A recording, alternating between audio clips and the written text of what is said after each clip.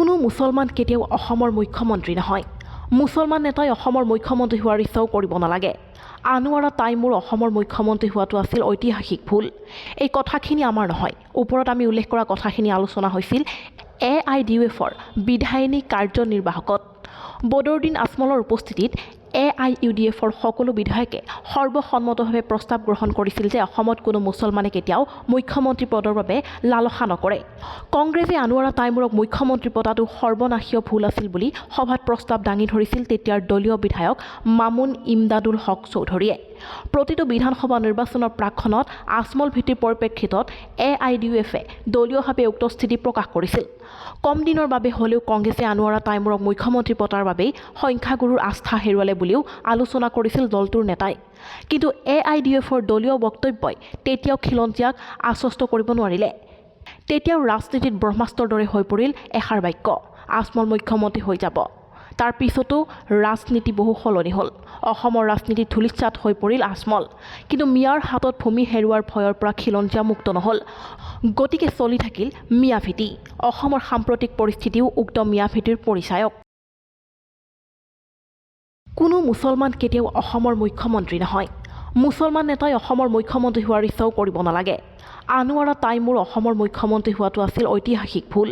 এই কথাখিনি আমাৰ নহয়। ওপৰত আমি উল্লেখ কৰা কথাখিনি আলোচনা হৈছিল AIUDFৰ বিধায়িনী কাৰ্যনিৰ্বাহকত। বদৰুদ্দিন আজমলৰ উপস্থিতিত AIUDFৰ সকলো বিধায়কে সৰ্বসন্মতভাৱে প্ৰস্তাৱ গ্ৰহণ কৰিছিল যে অসমত কোনো মুছলমানে কেতিয়াও মুখ্যমন্ত্ৰী পদৰ বাবে লালসা নকৰে। কংগ্ৰেছে আনোৱাৰা টাইমুৰক মুখ্যমন্ত্ৰী পতাটো সৰ্বনাশীয় ভুল আছিল বুলি সভাত প্ৰস্তাৱ দাঙি ধৰিছিল তেতিয়াৰ দলীয় বিধায়ক মামুন ইমদাদুল হক চৌধুৰীয়ে। প্ৰতিটো বিধানসভা নিৰ্বাচনৰ প্ৰাক্ষণত আজমল ভিত্তিৰ পৰিপ্ৰেক্ষিতত AIUDFে দলীয়ভাৱে উক্ত স্থিতি প্ৰকাশ কৰিছিল। কম দিনৰ বাবে হ'লেও কংগ্ৰেছে আনোৱাৰা টাইমুৰক মুখ্যমন্ত্ৰী পতাৰ বাবেই সংখ্যাগুৰুৰ আস্থা হেৰুৱালে বুলিও আলোচনা কৰিছিল দলটোৰ নেতাই। কিন্তু AIUDFৰ দলীয় বক্তব্যই তেতিয়াও খিলঞ্জীয়াক আশ্বস্ত কৰিব নোৱাৰিলে। তেতিয়াও ৰাজনীতিত ব্ৰহ্মাস্ত্ৰৰ দৰে হৈ পৰিল এষাৰ বাক্য, আজমল মুখ্যমন্ত্ৰী হৈ যাব। তাৰ পিছতো ৰাজনীতি বহু সলনি হ'ল। অসমৰ ৰাজনীতি ধূলিচাত হৈ পৰিল আজমল। কিন্তু মিয়াৰ হাতত ভূমি হেৰুৱাৰ ভয়ৰ পৰা খিলঞ্জীয়া মুক্ত নহ'ল। গতিকে চলি থাকিল মিয়াভীতি।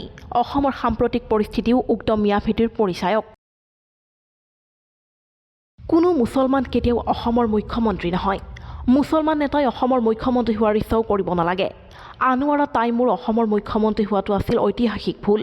এই কথাখিনি আমাৰ নহয়। ওপৰত আমি উল্লেখ কৰা কথাখিনি আলোচনা হৈছিল AIUDFৰ বিধায়িনী কাৰ্যনিৰ্বাহকত।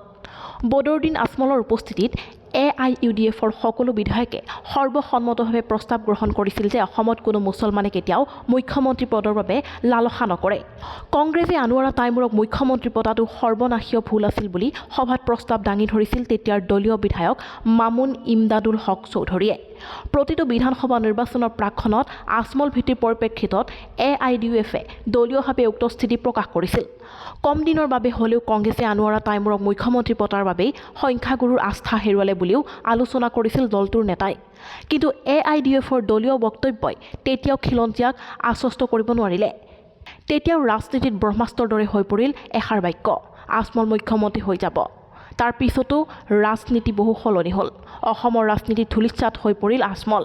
কিন্তু মিয়াৰ হাতত ভূমি হেৰুৱাৰ ভয়ৰ পৰা খিলঞ্জীয়া মুক্ত নহ'ল। গতিকে চলি থাকিল মিয়াভীতি। অসমৰ সাম্প্ৰতিক পৰিস্থিতিও উক্ত মিয়াভীতিৰ পৰিচায়ক। News desk report, new Assam news.